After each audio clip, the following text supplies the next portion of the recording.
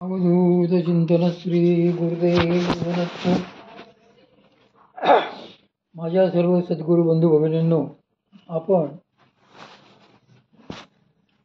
परमपूज्य श्री दादा कबडे महाराजांचे लिखित म्हणून साधका तू माऊली हे पुस्तक वाचनाला घेतले आहे. काल आपण सारस्वताचे प्रागट्य पाहिलं. आज आपण परमात्म्याचा परिचय. श्री संत कबीर महाराजांनी आपल्या एका सुंदर दोह्यामध्ये सांगितलेले आहे. पुरे सुपरसा भया सब दुःख मेल्या दुरी निर्मल की आत्मा ताथे सदा हजुरी. सद्गुरूंनी ची कृपा केल्यावर त्यांनी दाखविल्याप्रमाणे युक्तीने साधना करता करता असे झाले की परिपूर्ण अशा परमात्म्याचा मला परिचय झाला, त्याचा मला अनुभव आला. त्या रूपाने सद्गुरूंची पूर्ण कृपाशक्ती अनुभवाला आली. एवढंच नव्हे तर जे काही जन्म दुःख प्रपंच दुःख होते ते सारे दूर गेले, नाहीसे झाले. त्यांनी दाखविलेल्या साधन मार्गाने माझा जीव निर्मळ झाला आणि आत्मस्वरूप प्रगट झाले. त्या योगे सतत श्री भगवंताचे अनुसंधान राहू लागले. त्यांच्याविषयी अंतःकरणात प्रेम उचंबळून यायला लागले आणि त्या अनिवार्य प्रेमाचेच आविष्कार वैखरी वाचेच्या रूपाने बाहेर प्रगटू लागले. ज्ञानाचे 3 प्रकार. आपल्या ठिकाणी जे एक सामान्य ज्ञान असते ते अनुभव ज्ञान म्हणजेच व्यवहार ज्ञान, तसेच शब्द ज्ञान आणि आत्मज्ञान ही तिन्ही ज्ञाने भिन्न आहेत. व्यवहारात गडपडून टक्के खाऊन आपण अनुभवावे जे काही शिकतो ते व्यावहारिक ज्ञान. ग्रंथांमधून अध्ययनाने श्रवणाने आपण जे काही मिळवतो ते शाब्दिक ज्ञान आणि सद्गुरु कृपेने जे आतून स्वयंप्रभ प्रगट होते ते आत्मज्ञान. येथे जे ज्ञान माऊली विशेषत्वाने सांगत आहेत ते सारस्वत आहे आणि ते आत्मज्ञानच आहे. त्यामुळेच माऊली म्हणतात की पिके सारस्वत तुझिया पाऊली, ते सद्गुरु कृपेनेच प्रगटते. याच कारणाने माऊली या पुढच्या ओळीत लगेचच म्हणतात की अहो सद्गुरूची एक कृपादृष्टी. त्यामुळे सद्गुरूंची कृपादृष्टी ज्याच्यावर पडते त्याच्या ठिकाणीच हे सारस्वत पिकते. हे पुनश्च एक वार नक्की झाले. आता पिकते म्हणजे नेमके काय हे लक्षात घेतले पाहिजे. शेतकरी जेव्हा शेतीतून पीक काढतो तेव्हा ते पीक काही आपोआप जमिनीतून उगवून वर येत नसते. त्याकरता प्रथम जमिनीची मशागत करून मग उत्तम बियाणे पेरावे लागते. पेरणी केल्यावर अनुकूल हवा पाणी मिळून कालांतराने ते पिकते. ते बी प्रगट होते, उगवून येते आणि तेच अनंत दाण्यांच्या रूपाने विकसितही होते. सद्गुरू जे कृपाबीज पेरतात ते कृपाबीज याच प्रकारे सारस्वताच्या रूपाने पिकाला भराला येते असे माऊली येथे सांगतात. पाऊलीचे 2 अर्थ. पेरतेवेळी ते बीज गुप्त असते. प्रथम अनुभवांच्या रूपाने ते उगवते, मग श्रद्धेच्या रूपाने ते प्रगट होते आणि पुढे भगवत प्रेम भक्तीच्या रूपाने ते पिकून भराला येते. सद्गुरूंची कृपा जेव्हा साधकाच्या हृदयामध्ये प्रकाशते, ती कृपा जेव्हा कार्य करायला लागते तेव्हाच ते सारस्वत प्रगटते, तोपर्यंत नाही. श्री माऊली म्हणतात पिके सारस्वत तुझिया पाऊली. येथे पाऊली या शब्दाचा आणखी एक अर्थ होतो. पाऊली म्हणजे तुमच्या श्रीचरणांमुळे हा एक अर्थ झाला आणि पाऊली याचा दुसरा अर्थ होतो पावलो पाऊली. म्हणून साधका तू माऊली. या चरणात माऊली जेव्हा सद्गुरूंना संबोधित करून बोलतात तेव्हा पाऊली याचा अर्थ श्रीचरणे, श्रीचरणांमुळे असा होतो. आणि जेव्हा ते यातून सद्गुरूंच्या कृपादृष्टीने वर्णन करतात तेव्हा पाऊलीचा अर्थ कृपेच्या पावलो पाऊली असा होतो. आता कृपेच्या पावलो पाऊली म्हणजे नक्की काय हे आपल्याला नीट कळले पाहिजे. सद्गुरूंची कृपाशक्ती जेव्हा साधकाच्या अंतःकरणामध्ये प्रगट होते आणि तेथे कार्य करू लागते तेव्हा ते कार्य ती विशिष्ट टप्प्याने करीत असते. त्यासाठी ती कृपाशक्ती एक एक पाऊल पुढे जात असते. ती पुढे कशी जाते त्याचे सद्गुरू श्री माऊलींनी श्री ज्ञानेश्वरीच्या 6व्या अध्यायात मोठे बहारीने वर्णन केले आहे. ते म्हणतात की ऐके प्राणाचा हात धरुनी गगनाची पाऊती करुनी मध्यमेची दादराहुनी हृदयाली जिना आणि पायऱ्या. श्री भगवंत म्हणतात की पार्था ऐक, या शक्तीचा जो मार्ग आहे त्या मार्गात ही शक्ती एक जिना चढते. त्या जिन्याच्या काही पायऱ्या आहेत. त्या पायऱ्या कुठल्या तर गगनाची पावली करून ती भगवती प्रत्येक चक्राच्या ठिकाणी असलेल्या भौतिक आकाशाची एक एक पायरी करीत वर वर जात असते. एक पायरी म्हणजे एक टप्पा. बरे, हा जिना तरी कुठला आहे, ती शक्ती कुठल्या जिन्याने वर चढते यावर माऊली पुढील चरणात सांगतात की मध्यमेचे दादराहुने हृदया आली. मध्यमा म्हणजे सुषुम्ना नाडी. त्या सुषुम्नेच्या जिन्याने ती शक्ती वर चढते आणि क्रमाने साधकाच्या हृदयात येते. सुषुम्नेचा जिना आणि त्यातल्या विविध भौतिक आकाशांच्या पायऱ्या या एक एक करून पार करीत चढत टप्पे ओलांडून ती पुढे जात असते. या प्रक्रियेविषयी मूळ ओवीत माऊली वेगळ्या शब्दाने सांगतात की पिके सारस्वत तुझिया पाऊली.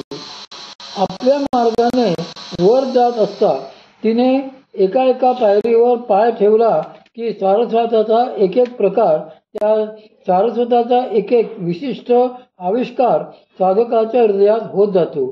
तिच्या पावलोपावली सारस्वताचा एक एक वैशिष्ट्यपूर्ण भाग साधकाच्या अनुभूतीला येऊ लागतो. त्यामुळेच माऊली म्हणतात की पिके सारस्वत तुझिया पाऊली. काव्य आणि त्याचे प्रकार. एरवी व्यवहारामध्ये ज्याला आपण काव्य म्हणत असतो ते कसे असते, त्याचे काय प्रकार आहेत याचा उत्तम विचार सद्गुरू समर्थ श्री रामदास स्वामी महाराजांनी आपल्या दासबोध या विश्वविख्यात ग्रंथात केलेला आहे. दासबोधातल्या 14व्या दशकातील 3ऱ्या कवित्व कळा निरूपण नावाच्या समासात त्यांनी याचे सविस्तर वर्णन केलेले आहे. त्या समासात श्री रामदास स्वामी महाराज सांगतात की काव्याचे 3 प्रकार आहेत, धीट, पाठ आणि प्रासादिक. यातले धीट काव्य कशाला म्हणायचे तर ते सांगतात, धीट म्हणजे धीटपणे केले जे जे आपल्या मनास आले, बळेचे कवित्व रचिले या नाव धीट बोलजे. धीटपणे म्हणजे मला काही येत आहे अथवा नाही, शास्त्रानुसार काही कळत आहे किंवा नाही असा काहीतरी विचार न करता मला काव्यरचना जमेल की नाही याचाही विचार न करता धीटपणाने आपल्या मनाला येईल ते लिहित जाणे याला धीट काव्य म्हणतात. बळेची कवित्व रचिले. अनेकांना असे कवित्व रचण्याची उर्मी येत असते. वर्षातून इतर वेळी आली नाही तरी शिमग्याला नक्कीच येत असते. त्याचमुळे आपल्याकडे एक म्हण आहे की शिमगा गेला आणि कवित्व उरले. या प्रकारचे जे काव्य असते त्यालाही श्री समर्थ धीट काव्य असे म्हणतात. श्री समर्थांनी सांगितलेल्या काव्याचा दुसरा प्रकार म्हणजे पाठ काव्य. पाठ म्हणजे पाठांतर. पाठ म्हणजे पाठांतर, बहुत पाहिले ग्रंथांतर, तयाचा उतार आपणही केला. वेगवेगळे ग्रंथ पाहिले, अभ्यासले, त्या ग्रंथामधले चांगले विचार उतरले आणि ते विचार घेऊन आपणही काव्य रचले. याला म्हणतात पाठ काव्य. अनेक प्राध्यापक, समीक्षक, साहित्याचे अभ्यासक आणि नवोदित कवी या प्रकारच्या काव्यरचना अदम्य उत्साहाने करीत असतात. पण कवित्वाचा तिसरा प्रकार मात्र यापेक्षा फारच भिन्न आहे. श्री समर्थ म्हणतात की तिसरे आहे ते प्रासादिक काव्य. ते कसे असते तर जयांतरी भगवंत अचल राहिला निवांत, तो स्वभावे जे बोलत ते ब्रह्मनिरूपण. प्रासादिक काव्य ज्याच्या अंतःकरणामध्ये सतत श्री भगवंताचे अस्तित्व स्मरण राहत असते, श्री भगवंतांचे प्रेम वसत असते, ते सहज म्हणूनही जे जे काही बोलतो ते सगळे ब्रह्मनिरूपणच ठरते. अंतरी वैसला गोविंद तेने लागला भक्ती छंद, भक्ती विना अनुवाद आणिक नाही. एकदा एका प्रेमबळाने अंतःकरणात गोविंद येऊन राहिले. त्यांची पराभक्ती प्रगट झाली. म्हणजे मग तो भक्त भक्तीशिवाय श्री भगवंतांशिवाय दुसरे काही जाणत बोलतच नाही. श्री समर्थ म्हणतात की भक्तीशिवाय जे जे काही बोलले जाते, लिहिले जाते, तो सगळा टवाळपणा असतो, विरोध असतो. त्यामुळे त्यांनी म्हटलेले आहे की टवाळा आवळे विनोद उन्मत्तासनाना छंद. येथे विनोद याचा अर्थ आपण समजतो तसं नाही, तर भक्तीशिवाय जे जे काही वायफळ मनोरंजक बोलले जाते ते विनोद या सदरात मोडते. त्याचे भक्तीचे कौतुक तया नाव प्रासादिक सहज बोलता विवेक प्रगट होय. या भक्तीच्या कौतुकाने ओढीने तो अनिवार्यपणे जे काही बोलतो त्याचेच नाव प्रासादिक काव्य आहे. सहज बोलता बोलता विवेक प्रगट होय. तो सहज जरी काही बोलला तरी त्याच्या त्या बोलण्यापुरतीनेही आत्मानात्म विवेकच प्रगट होत असतो. पुढे श्री समर्थ रामदास स्वामी महाराज थोडक्या शब्दात काव्याची एक सुंदर व्याख्या करतात. ते म्हणतात, काव्य कशाला म्हणावे तर जेणे देहबुद्धी तुटे, जेणे भवसिंधू आटे, जेणे भगवंत भेटे या नाव कवित्व. खऱ्या काव्याने देहबुद्धी तुटली पाहिजे, भवसिंधू आटला पाहिजे आणि श्री भगवंत प्रगटले पाहिजे. हे ज्याचे सामर्थ्य त्यालाच काव्य असे म्हणावे. बाकीचे सगळे प्रकार व्यर्थ आहेत. इतर जे काही काव्य असले ते सर्व धीट आणि पाठ या सदरामध्येच मोडते. कृपा उत्कर्षाची खूण. जेव्हा भगवती शक्ती कृपापूर्वक साधकाच्या अंतःकरणात वसते आणि विकास पावत अशी मध्यमेचेनी दादराहुनी चालत जाते, तेव्हा तिच्या पावलोपावली जे कृपा उत्कर्षाचे वैभव सारस्वत प्रगट होते ते मोठे विलक्षण असते आणि त्यालाच म्हणतात सार काव्य. त्याच काव्याचे वर्णन माऊली येथे करत आहे. ते सांगतात की म्हणून साधका तू माऊली पिके सारस्वत तुझिया पाऊली. हे कृपाजन्य विलक्षण अद्भुत सारस्वत कसे असते तर नवरसी भरवी सागर करवी उचित रत्नांचे आगर भावार्थाचे गिरीवर निपजवी भावे. जेव्हा ती भगवती कृपाशक्ती सद्गुरु कृपेने साधक हृदयात प्रगट होते तेव्हा मूलाधार स्थानीच्या आकाशापासून हृदयापासूनच ती एक एक पायरी ओलांडून वर येऊ लागते. ती जशी जशी वर येते तसे तसे त्या साधकाच्या ठिकाणी कवित्व उत्पन्न होऊ लागते. या महायोग साधनाचा एक नियम आहे. त्यानुसार शक्ती जागृत झाल्यानंतर ती नाना क्रिया करायला लागते. सुषुम्ना नाडीच्या आतमध्ये वज्रा नावाची एक नाडी असते. तिच्याही आत चित्रिणी नावाची नाडी असते आणि त्या चित्रिणीच्या आतमध्ये एक ब्रह्मनामक अतिमनोहर नाडी स्थिर असते.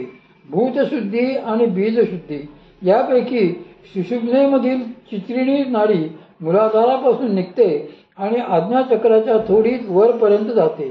त्या चित्रिणी नाडीमध्ये सूक्ष्म शरीरातील षटचक्रे हाराप्रमाणे ओवलेली असतात. मूलाधार, स्वाधिष्ठान, मणिपूर, अनाहत, विशुद्ध आणि आज्ञाचक्र ही सगळी चक्रे फुलांप्रमाणे तिच्यामध्ये गुंफलेली अनुभवाला येतात. ही चक्रे हे जरी रूपक असले तरी त्यांची प्रत्यक्ष अनुभूती ही साधकांना विशिष्ट प्रकारे येतच असते. शास्त्रांनी ही सगळी कमळे आहेत असे म्हटलेले आहे. कमळाला देठ असतो, देठाच्या वरच्या टोकाला कंद असतो आणि त्याच्या आजूबाजूला पाकळ्या असतात.